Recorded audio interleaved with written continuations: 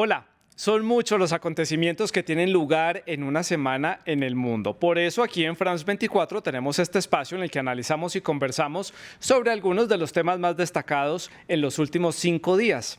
Bienvenidos, esto es Una Semana en el Mundo. Para conversar sobre los temas que vamos a tratar en este programa, saludamos a Silvia Colombo. Ella es corresponsal para América Latina del diario Folha de São Paulo. También es autora del libro O Ano da Cólera.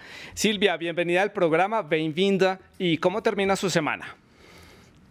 Muchas gracias por la invitación. Una semana muy agitada, marcada principalmente ahí por las elecciones en Brasil y sus reflejos por la región.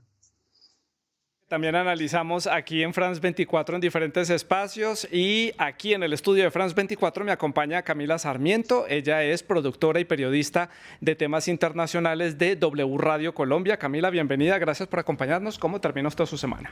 Santiago, gracias por la invitación aquí a France 24. Un placer acompañarlos el día de hoy. Una semana muy movida también por los premios Nobel y todo lo que ha generado y los debates que ha generado todos estos premios. Tema que vamos a tratar en este episodio. Camila, claro que sí. Acompáñanos también con sus opiniones y sus comentarios y también preguntas, por supuesto, a través de las redes sociales. @France24-ES, @Santilogo, que es mi cuenta personal. La etiqueta para que dejen los comentarios es numeral Una Semana en el Mundo. Comenzamos entonces hablando de la ofensiva del ejército ucraniano, los territorios recuperados y también la anexión de 4 regiones ucranianas que ahora son parte de la Federación Rusa. Los avances fueron confirmados por Vladimir Saldo. Él es el líder instalado por Rusia en la región de Jersón. Fue testigo precisamente de cómo las Fuerzas Armadas rusas tuvieron que replegarse ante el avance de los ucranianos. Pero el avance también tiene lugar en otras regiones, en la región de Lugansk, en Kharkiv y en Zaporilla. El presidente ucraniano Volodymyr Zelensky, en una alocución en televisión, enumeró uno por uno las poblaciones que han sido recuperadas los últimos días. Mientras tanto, del otro lado de la frontera, en Moscú, el presidente ruso Vladimir Putin le daba la bienvenida a la federación a esas 4 regiones anexadas. Una incorporación que, por supuesto, es rechazada por buena parte de la comunidad internacional. Paso entonces a preguntarle a Silvia sobre sus impresiones sobre este avance que está teniendo las Fuerzas Armadas ucranianas, que le están haciendo bombos y platillos en las redes sociales, en los medios de comunicación, como un gran triunfo, un gran logro de los militares ucranianos.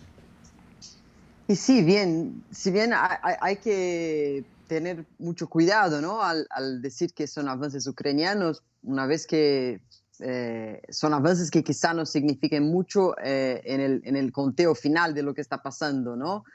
Todavía el conflicto todo depende mucho de Rusia, ¿no? Yo estaba viendo más temprano una declaración de la primera ministra de Finlandia, Sanna Marin, en que le preguntaban a ella cómo veía el fin del conflicto en la región, y ella dijo: solo hay una manera de terminar el conflicto de la región, que Putin salga de esta guerra, desista de esta guerra, ¿no?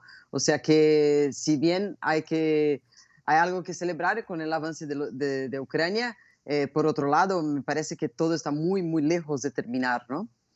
Muy lejos de terminar, la guerra parece que se va a prolongar o se está volviendo un poco más lenta, y fuera de eso se va a ralentizar más por la llegada del invierno. Eso dificulta todo tipo de operaciones. Camila, aquí en el estudio, impresiones generales también sobre este discurso un poco propagandístico, tanto por parte de Rusia con las 4 regiones que incorpora y Ucrania diciendo que está avanzando y que está logrando que los rusos se replieguen.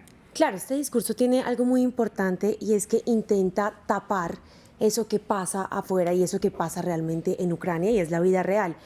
Putin está perdiendo 2 cosas muy importantes, y uno es territorio, que para la teoría que él maneja, que es la teoría realista, es lo más importante. Entonces, al perder territorio y al perder lo segundo, que son hombres, se empieza a caer esa cúpula que él está montando. Él pierde territorio porque Ucrania recupera parte del territorio que él anexionó ilegalmente, y pierde hombres no solamente porque pierde hombres en batalla, pierde hombres porque pierde hombres de los rusos que ya no quieren estar ahí, que buscan salir, que no quieren luchar esa guerra que se buscó Putin y pierde hombres en su cúpula ministerial, porque también hay muchos que no están de acuerdo con las acciones que está llevando a cabo Putin. Entonces realmente está perdiendo dos cosas con una economía muy desgastada y que viene a preguntarse, ¿realmente va a lograr lo cometido y es conquistar Ucrania? Camila, continúo con usted para hacer la ronda a la inversa. Ya le doy la palabra a Silvia. La incorporación de estas regiones, muy criticada a nivel internacional. Esta semana el presidente Putin firmó el decreto que ya había sido aprobado por la Duma, las incorporó, pero son zonas donde él tampoco tiene plena presencia y soberanía, precisamente porque los ucranianos han estado avanzando. Es el caso de Jersón, donde el territorio que él pensaba incorporar ya no es la misma extensión porque los ucranianos están avanzando. La comunidad internacional, ¿qué dice de esto? ¿O esto es simplemente un mecanismo precisamente para ocultar esas pérdidas de hombres y esas pérdidas territoriales? Sí, esto es un mecanismo, pero la comunidad internacional rechaza plenamente esto. No tiene tampoco él cómo avalar que esas ciudades pueden ser ahora parte de Rusia. Ahora, Volodymyr Zelensky tampoco se ha quedado en los laureles, tampoco se ha quedado dormido, y lo que ha querido es demostrar mediante hechos y mediante cosas que puedan demostrarse realmente que sí él está recuperando territorio y que la guerra realmente no la está ganando Rusia, que es algo muy importante. Y algo también que vale la pena recalcar es el diálogo que tuvo ayer, el discurso que tuvo ayer Zelensky en la Organización de los Estados Americanos, en donde decía necesitamos el apoyo de toda América Latina. Entonces también extendía esa invitación a que todas las Américas y el Caribe se unieran a resolver ese conflicto y a apoyar ese conflicto a favor de Ucrania. Silvia, paso a preguntarle para que comentemos, no sé cómo lo vio usted. Pensaría uno que puede haber en los próximos días una especie de discusión rifirrafe de nuevo por la central nuclear de Zaporilla, que está dentro de esa región anexada por Rusia, pero que la Organización de Naciones Unidas que trata los temas nucleares la sigue reconociendo como una planta que es de jurisdicción ucraniana. ¿Esto va a generar un nuevo capítulo ahí de discrepancias? ¿Qué podemos analizar ahí? La verdad creo que ese es el gran capítulo de discrepancias en lo que toca a este punto de la guerra, este momento de la guerra que estamos viviendo, ¿no? No solo por el enorme peligro que es tener esta planta en disputa, por el peligro que puede causar cualquier disturbio en ella, cualquier ataque a ella. Y si bien los rusos dicen que ya la tienen, la operan los ucranianos, ¿no? O sea, cualquier desbalance y cualquier ataque a los que están comandando la usina puede causar un incidente parecido a Chernobyl. O sea, que es un tema muy, muy, muy sensible, más allá de lo que estamos discutiendo sobre quién está ganando o perdiendo la guerra, ¿no? Yo entiendo también que hay algún tipo de división entre los asesores de Putin, ¿no? Eso estuve leyendo en las últimas horas con relación a sus últimas decisiones políticas, ¿no? Y eso me imagino que por ahí puede haber más que una presión internacional, una división adentro del círculo de Putin podría hacer con que él retrocediera un poco en la guerra, más que por presión de otros actores, ¿no? Sí, y también tuvimos hoy la entrega del Premio Nobel de la Paz y se esperaba quizá que Zelensky lo ganara, ¿no? Claro. Y hubo críticas con relación a eso. Eso también es algo que se podría remarcar como algo... Lo vamos a conversar más adelante, Silvia, lo tengo en la agenda del programa para discutir sobre ese tema. ¿Qué piensan ustedes sobre esta declaración que ha hecho el presidente de Estados Unidos, Joe Biden, sobre que estamos al borde de un Armagedón nuclear? Vuelve a poner todas las alarmas sobre esta posibilidad que Rusia ataque a Ucrania con armas pequeñas, de pequeño calado nucleares, pero armas nucleares, o un accidente que pueda ocurrir en la planta de Zaporilla. Hago la ronda a la inversa, entonces continúo con Silvia. ¿Le parece que este tema se ha tratado a nivel mediático como con mucho bombo, que se está tratando de alarmar mucho a la gente? Y yo no sé si parte de los medios hay la idea de hacer mucho bombo, si es el presidente de Estados Unidos que usa esos términos, ¿no? Si el presidente de Estados Unidos está hablando en Armagedón, no son los medios los que van a hacer sensacionalismo al revés de eso. Eso es bastante sensacionalista, ¿no? O sensacionalista en el sentido real de la cosa, no figurado, ¿no? Entonces, por lo que uno sabe de lo que tiene de potencial nuclear Rusia, quizá estemos, de hecho, delante de un gran peligro, ¿no? Y por este lado, Camila. Sí, no se puede descartar el peligro nuclear. Definitivamente sí puede existir y sí se puede jugar esa arma Putin. Ahora, la diplomacia sigue existiendo, sigue igual estando Joe Biden y sigue estando Putin y sigue existiendo ese intento de conversación, aunque no se haya dado. Estamos hablando de que ya lleva mucho tiempo esta guerra y la discusión sobre las armas nucleares también ya, digamos que está un poco agotada. No quiere decir que no se vaya a dar, sí, quizás pueda darse, pero muy seguramente esa arma no la vayan a sacar a menos de que realmente Putin vea necesario o sienta necesario esa adhesión de Ucrania en su totalidad, pero realmente por el momento sí creo que es más un bombo que se está haciendo, no lo veo muy cercano. Camila, usted habla de la diplomacia como una carta que todavía se puede jugar, pero justamente el presidente Zelensky dijo que con esta anexión de estas 4 regiones, pues una mesa de diálogos queda completamente descartada por el momento. Eso, ¿qué nos dice? ¿Vamos a seguir cubriendo esta guerra? ¿Esto se nos va a prolongar en los titulares y en lo que viene del resto de año?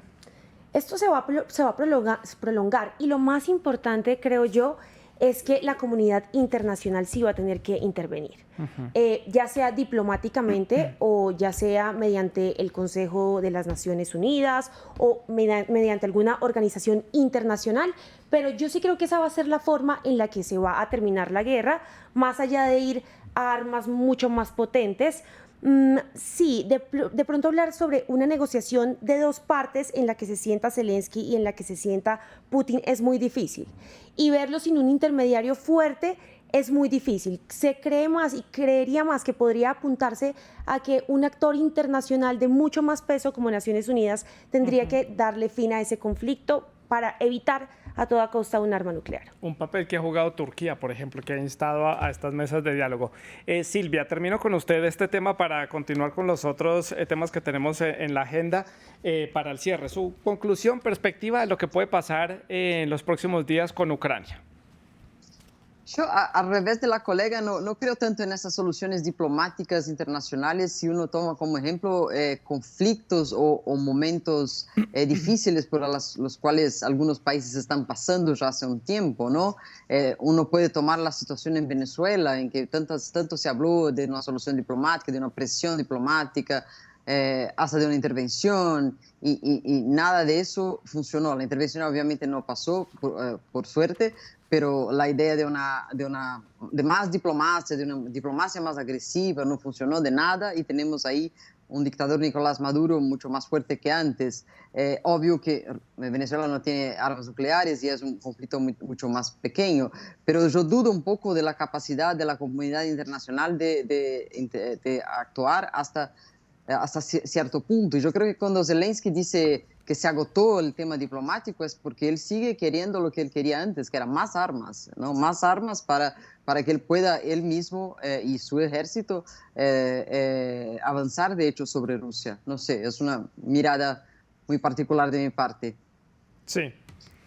Bueno, pues también hubo anuncios importantes en nuestra región, en América Latina. Dejamos de lado el tema de Ucrania, tema destacado de esta semana, tal vez el tema más importante en el mundo entero durante estos 5 días, pero hubo anuncios muy importantes en Colombia. El gobierno de ese país, que es liderado por Gustavo Petro, y la guerrilla del Ejército de Liberación Nacional, ELN, anunciaron la reanudación de diálogos de paz. Después de 4 años de suspensión, las partes acordaron volver a establecer una mesa de diálogo a partir de la primera semana del mes de noviembre. Las conversaciones van a tener sedes rotativas. La primera está todavía por definirse y van a contar con Cuba, Venezuela y Noruega como países garantes. También otros países como el Reino de España y Chile también se mostraron abiertos a colaborar como países sedes o como países garantes para fomentar este diálogo entre el gobierno colombiano y esta guerrilla. Pues comienzo entonces aquí en el estudio de France 24 con Camila preguntándole, esto es un respiro, ¿no? Un poco de esperanza para los colombianos, ver otra vez reactivada una mesa de diálogo, una posibilidad de ver una paz certera, concreta con este grupo guerrillero. Claro, es una más de las banderas del presidente Gustavo Petro y es esa paz total y conseguir esa paz total. Esto sin duda va a ser un hito histórico porque es la primera vez que una guerrilla de izquierda se sienta con un gobierno de izquierda. Entonces, estamos hablando de que se van a sentar dos muy similares a hablar de algo que realmente se ha buscado durante muchos, muchos años y es esa paz total. Ahora, estos diálogos van a continuar con lo que venía desarrollando Juan Manuel Santos, y ellos ya dijeron que van a continuar las negociaciones y van a seguir en esa misma línea, lo cual es muy importante, pero también debemos tener en cuenta que el ELN no es la misma guerrilla de hace 6 años. Entonces es una guerrilla muchísimo más fuerte, con muchísimos más actores líderes, y esto puede a su vez detener un poco ese proceso hacia la paz total y crear un poco de discusión en cuanto a cuáles van a ser los acuerdos y quiénes se van a ver afectados con esos acuerdos, porque entre dos partes pues siempre van a haber unos que van a ganar más y otros que van a ganar menos. Claro. Silvia, su opinión. Sí, es curioso porque en su momento, cuando estaba en el poder el presidente Juan Manuel Santos, él impulsó una mesa de negociaciones con el ELN y decía eso, ¿no? Que si no hacemos con todos o todos juntos con los otros grupos, se va a empeorar la situación. Bueno, Iván Duque suspendió esta mesa y ahora lo que tenemos es lo que decía la colega, un ELN mucho más fuerte y que no necesariamente necesita la paz. Eso es un elemento que diferencia el ELN de hoy de las FARC del 2016, ¿no? El ELN no necesariamente necesita la paz, ¿no? Es casi como, bueno, podemos hacerlo por una mejor Colombia, podemos hacerlo porque nos están pidiendo, pero de parte de ellos no tienen interés, por ejemplo, en esos procesos de reintegración de la sociedad, o incluso cuestionan mucho la paz total, la paz total, no, la JEP, la idea de un tribunal especial de paz, o sea, para ellos el acuerdo de paz no va a ser como unos dicen en Colombia, un otro sí, simplemente aplicar el acuerdo de las FARC con el ELN, porque el ELN es una guerrilla con muchas particularidades, Sí. mucho otro modo de acción, no quiere participar en el Congreso como querían las Claro. FARC, o sea, es un acuerdo desde cero, aunque hayan empezado uno y que fue suspendido, aún así muchas cosas son muy distintas del acuerdo de las FARC y no es solo firmar de nuevo Claro. un acuerdo con ellos, ¿no? Camila, usted es ciudadana colombiana, conoce bien el tema, está en la ciudad de Bogotá permanentemente, pues viendo la realidad del país, obviamente viven en Colombia. ¿Usted como ciudadana lo ve con esperanza? ¿Esto sí va a llegar a un buen puerto? ¿Hay garantías para una mesa de diálogo que lleve a una conclusión y termine con el conflicto? Sí, pues realmente yo siempre he pensado en esa frase de ¿y por qué no perseguir la paz a lo que dé costa? Porque realmente la paz creo que es algo que viene necesitando toda Colombia y en sí toda la región, toda América Latina. Y creo que estos diálogos sí van a ser fructíferos y van a poder ver una luz porque es un gobierno que se presta para esto, es un gobierno que realmente desde que se subió hace 2 meses, ya 2 meses después tiene una fecha para implementar y empezar a hablar otra vez de acuerdos. Entonces se está viendo que sí hay unas ganas de caminar hacia allá y veo que sí se puede lograr. Ahora, lo que decíamos, esto es algo que va a tener fieles y detractores. Entonces también hay que mirar un poco esos detractores y ver un poco esos argumentos que también son válidos y es la orden de captura de los líderes del ELN, que Sí. es algo que también, pues, digamos, pone a jugar un papel muy alto y son las regiones, porque a la Claro. final Bogotá no vive la guerra está en el Catatumbo, en el norte de Santander, la guerra está en otro lado. Entonces, abrir un poco otra vez esa puerta a dejar libre al ELN, pues es problemático. Claro. Para ir cerrando este tema, Silvia, hay también muchas discrepancias en torno a los países garantes, Cuba y Venezuela. Venezuela otra vez protagonista de temas importantes para Colombia. ¿Qué podemos decir sobre este tema? Sí, la verdad es que poner a esos dos países como países garantes un cuchillo de doble filo, ¿no? Por un lado, ellos tienen un historial de haber participado de manera exitosa en el acuerdo de las FARC, ¿no? Las negociaciones se dieron en Cuba, Venezuela y su inteligencia y junto a las guerrillas ayudó mucho. Y lo mismo pasaría ahora, ¿no? Principalmente en el tema del ELN, que tiene una relación, un vínculo más fuerte con el chavismo, y muchos de los miembros del ELN hoy día están en el territorio venezolano. Sería impensable hacer la paz sin la presencia de Venezuela. Pero a la vez tener a Nicolás Maduro, tener al régimen chavista como garante, es un poco deslegitimar el proceso, una vez que se trata de una dictadura, ¿no? Y el mismo Maduro tiene un doble discurso sobre eso, ¿no? Porque preguntado en otros foros, Maduro nega incluso que tenga nada que ver con el ELN o que el ELN esté en su territorio. Y ahora de repente no solo admite que sí está, como también va a ayudar a hablar con ellos. O sea, yo creo que deslegitimiza un poco el proceso tener a dos dictaduras como garante, ¿no? Dos países que incumplen derechos humanos, Claro. De manera universal y son con frecuencia denunciados por eso, ¿no? Pues Por otro lado, quizá no haya sí. otra manera, ¿no? Sea lo más pragmático posible poner a Maduro ahí. Ya vamos a ver entonces a partir de la primera semana de noviembre cómo empieza, cómo se instala esta mesa de diálogo y a ver qué conclusiones saca. Mientras tanto, hablamos de la cumbre de la Organización de Estados Americanos, OEA, que comenzó también esta semana en la ciudad de Lima, en Perú.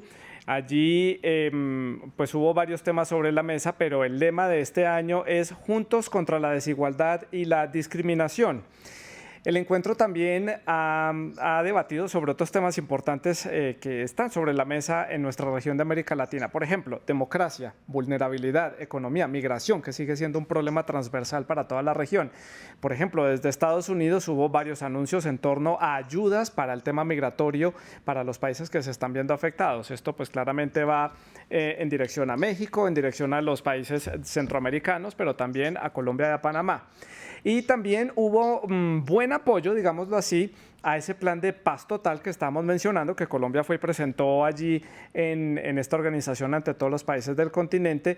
Hubo rechazo, no en bloque, ya lo vamos a analizar, de la invasión de Rusia a Ucrania. Por primera vez la región se manifestó de una forma un poco más oficial y organizada sobre este conflicto. Y también hubo varios cuestionamientos sobre el reconocimiento de Juan Guaidó como presidente o autoproclamado presidente de Venezuela. Ya vamos a ver entonces esta figura de la política venezolana en que está en este momento. Comienzo entonces con Silvia. Preguntándole por este tema de desigualdad, discriminación, que son los temas bandera de esta cumbre, pero ¿qué tanto peso tiene la OEA y estas cumbres? Ese es un tema a debatirse también, ¿no? Porque cualquier cosa que salga de la OEA va a ser un documento, un relatorio, y los países que más están afectados por esos problemas quizá ni siquiera lo miren, ¿no? Pienso un poco en mi país, Brasil, donde la OEA y cualquier organización internacional es considerada por el presidente como algo, parte de algún complot comunista, como alguna internacional de países rojos que quieren meterse en Brasil. O sea, ese tipo de documento o de institución, de entidad, no hace ni ruido en sus oídos, ¿no? Entonces, habría que ver cómo hacer llegar ese tipo de mensaje a donde verdaderamente tiene que llegar. Por otro lado, creo que cuando la OEA habla de desigualdad en una Colombia de hoy, en Chile de hoy, es otro tema, porque son países mucho más abiertos a escuchar ese tipo de balance, ¿no? Con relación a otros temas, me parece que lo de Guaidó fue bastante divisivo, ¿no? Algunos países ya quisieron salir del apoyo que le dieran hace unos años, ¿no? Argentina fue uno de ellos, ¿no? Y me parece que eso muestra un poco, muestra bastante cómo Guaidó viene desgastándose como líder opositor en Venezuela a pocos meses de que tengamos primarias para las elecciones del año siguiente en Venezuela, ¿no? Entonces, Sí. creo que es una movida importante que hay que acompañar y qué pasa con el apoyo internacional a Guaidó. Sí, ese es tal vez uno de los debates que deja esta cumbre de la OEA, Camila, pero también uno se pregunta si estas cumbres y estas organizaciones continentales sí están teniendo peso en sus decisiones, porque además no ve uno un desfile de presidentes como vimos en la Cumbre de las Américas. Vemos cancilleres, vicepresidentes, funcionarios. Nadie quería ir a Perú a tomarse la foto con Pedro Castillo. Sí, ese es un poco del análisis y también es un poco ver que la OEA pues igual está presidida por Estados Unidos. Es algo bien importante en esta coyuntura de la guerra con Rusia y Ucrania, porque Occidente levanta la cabeza a la manera en que Occidente levanta la cabeza y es mediante estas organizaciones que reúnen a toda la región. Entonces, es un poco que, comparto lo que decía la colega, es un poco el papel que va a salir de una reunión más en la que estuvieron muchos líderes que poco pueden hacer, porque a la final lo que quiere y lo que se muestra es que Occidente está presente, pero está presente y no va a estar a la final o no tiene un hecho concreto sobre lo que puede hacer. Entonces se sientan los líderes a hablar y abanderarse un poco de todo lo que han logrado y todo lo que han hecho, y es difícil corroborar esa información, es difícil saber si realmente de la cumbre hasta este punto se ha logrado algo de lo que han dicho. Entonces sí, es un poco más una bandera para decir aquí estamos, somos Occidente, somos unidos, pero realmente hasta qué punto. Y hay temas, además, al interior de la región que están mucho más preocupantes, como por ejemplo el tema migratorio, que es de gran preocupación, y la situación de Cuba, de Nicaragua y de Venezuela. Ahí sí, posiciones divididas, nadie se quiere mojar, nadie quiere tomar partida o iniciativa para algo, y el tema de los migrantes pues recae en unos países muy puntuales, pero es una gran problemática. Sí, es una gran problemática y es algo a lo que Estados Unidos también le ha apuntado muchísimo, y es a solucionar ese tema de la migración.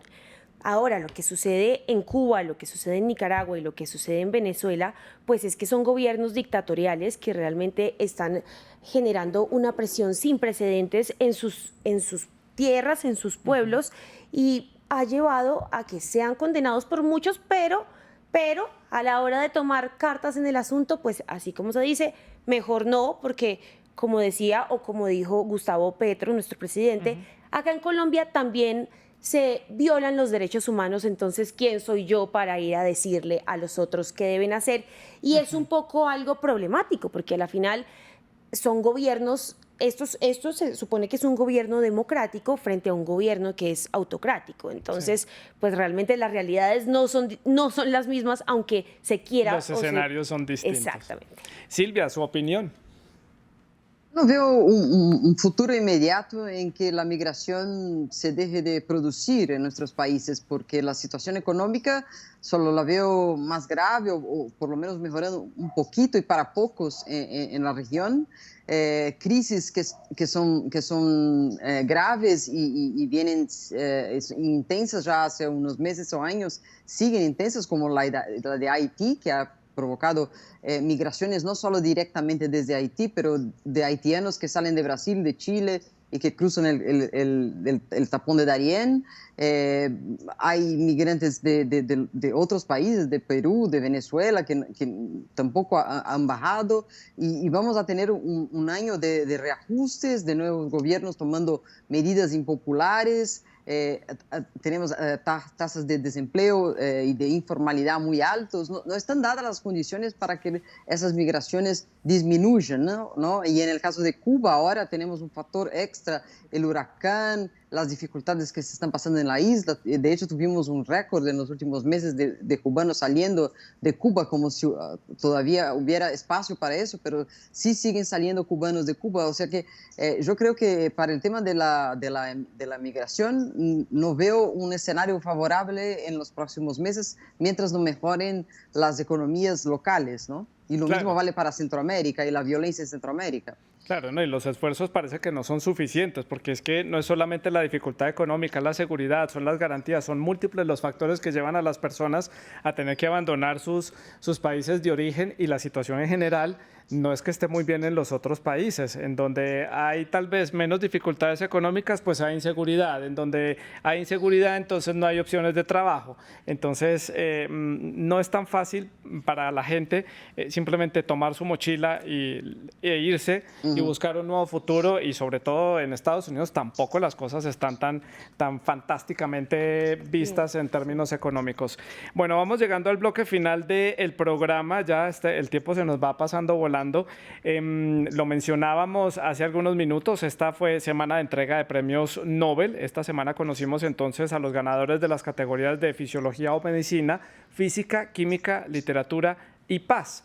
Como cada año, esta entrega de premios que son suecos y noruegos generan controversia. Hay muchos señalamientos sobre lo que se ha politizado la entrega de estos premios y se critica también que se han visto amañados en cuanto a las nominaciones, a la selección que hace la Real Academia Sueca de Ciencias o el Instituto Karolinska o la Academia Sueca y también el Comité Noruego del Nobel, que es el que entrega el Premio Nobel de Paz. Tendríamos pendiente todavía el Premio de Ciencias Económicas.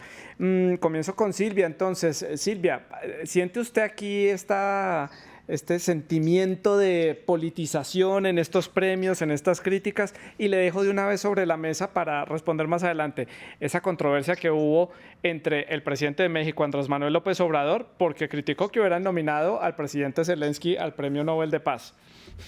Sí, yo la verdad no veo un problema en que por lo menos el Premio Nobel de Paz sea politizado, porque ya hay antecedentes de que el Premio Nobel incluso ya ayudó a resolver conflictos, ¿no? El caso mismo de Colombia es uno de ellos, ¿no? Justo después que el no venció el plebiscito de la paz en el 2016, fue la entrega del Premio Nobel a Juan Manuel Santos, lo que dio nuevo aliento y ayudó de alguna manera, fue un elemento que ayudó a que al final el acuerdo pasara en el Congreso. No sé si la colega colombiana va a estar de acuerdo, pero para mí fue un elemento positivo. Así que yo no veo que sea negativo que el Nobel de Paz sea politizado, como pasó en este año ahora, en que el premio fue entregue a un activista de Belarus y a ONGs de derechos humanos en Rusia y Ucrania, que están sufriendo un montón, para ayudar a la gente que está sufriendo exactamente en este mismo momento, ¿no? Ya sí me parece un poco distinto cuando se trata de literatura, porque la literatura es algo un poco más distinto y despegado de la realidad inmediata, y creo que así debe ser con el arte, ¿no? Entonces, cuando se premia un escritor solo por ser de un país de minorías, olvidado, preso político, ahí ya no sé, ahí sí yo creo que lo que tiene que valer más es la calidad de su literatura. Sí. Por este lado, Camila. Bueno, yo veo de hecho positivo que el Nobel sea algo político, porque es un premio que tiene mucha visibilidad. Entonces, realmente sí creo que se puede mandar un mensaje a través de quienes ganan el premio Nobel. En este caso, el premio Nobel de Paz, que lo dan hoy, el día que Vladimir Putin cumple 70 años, pues es realmente algo que manda un mensaje. Y lo dan a un activista bielorruso que está preso, lo dan a una organización de derechos humanos de Ucrania y una de Rusia, y muestra un poco que en un contexto todos sí pueden vivir juntos. Sí. O sea, que hay ciertos líderes que hacen la vida difícil, pero que en un contexto de la sociedad civil pueden vivir todos juntos. Entonces manda claramente un mensaje muy contundente, y me parece que es algo positivo, porque en realidad todo el mundo se entera de este tipo de premios, todo el mundo está muy al tanto de qué es lo que pasa con este tipo de premios, y estas pequeñas organizaciones de derechos humanos, digamos esta de Momentum, que fue la que ganó en Rusia. En Rusia, tampoco funciona ya en Rusia. Sí. Entonces, es un poco visibilizar esos esfuerzos que ellos han hecho poco a poco, y esos esfuerzos que de pronto no vemos nosotros por estar solamente mirando una guerra de un lado y una guerra del otro. Entonces, sí es muy importante. Que es tal vez lo que nos pasa con el tema de Zelensky. Tal vez de ahí viene la indignación del presidente mexicano. Estaba completamente indignado y lo dijo en su conferencia matutina, que no le parecía que fuera nominado el presidente de Ucrania, Volodymyr Zelensky, al Premio Nobel de Paz. Y esto generó un revuelo en redes sociales impresionante. Por este lado, opiniones, Camila. Claro, Volodymyr Zelensky, el presidente de Ucrania, tiene un discurso y maneja una retórica muy fuerte, pero en un punto dar un premio pues a un presidente también toma un color muy Sí. definido. Zelensky también tiene tropas en el terreno peleando y también ha causado muertes. Entonces, un poco verlo por ese lado es un poco, sí, salirse de eso y más bien premiar a la sociedad civil, que es la que está luchando y que es la que Claro. tiene la batalla por la mano. Ahora, por otro lado, se le reconoce a Zelensky lo que ha hecho claramente y podría también ganar el premio claramente porque lo ha llevado muy bien y ha logrado sacar esta guerra. Ha igual adelante. logrado que el mundo entero, pues por lo menos sienta un poco de empatía por Ucrania, que es un país invadido. Silvia, rápidamente, su opinión sobre este tema de AMLO y Zelensky. Estoy totalmente de acuerdo con la colega y es curioso que Zelensky tuiteó, creo que fue esta mañana o anoche, un mensaje diciendo sobre los líderes latinoamericanos, los próceres latinoamericanos, en qué lado estarían en este momento con relación a la guerra de Rusia contra Ucrania, ¿no? Y nombra a Miguel Hidalgo, ¿no? Un prócer de la independencia mexicana, diciendo de qué lado estaría él, si estaría de mi lado, estaría al lado del opresor, ¿no? Sí. Un poco me pareció como una provocación de vuelta a López Obrador. Claro, claro, totalmente provocando al presidente mexicano. Para el cierre, rápidamente, ¿qué temas van a tener ustedes bajo la lupa la próxima semana en sus redacciones, en sus artículos, en sus investigaciones, en lo que estén trabajando? Camila, ¿a qué le va a poner la lupa esta semana? Pues la lupa esta semana está sin duda en las relaciones con Venezuela, en la apertura de las fronteras, en lo que va a suceder y cómo va a ser también ese tráfico y cómo va a resurgir un poco esa relación con Maduro. Es muy importante para Colombia el tema de la paz total y seguramente los delegados de la paz estarán muy atentos también de esto. Silvia, rápidamente, muy puntual, por favor, porque se me acaba el tiempo, por favor.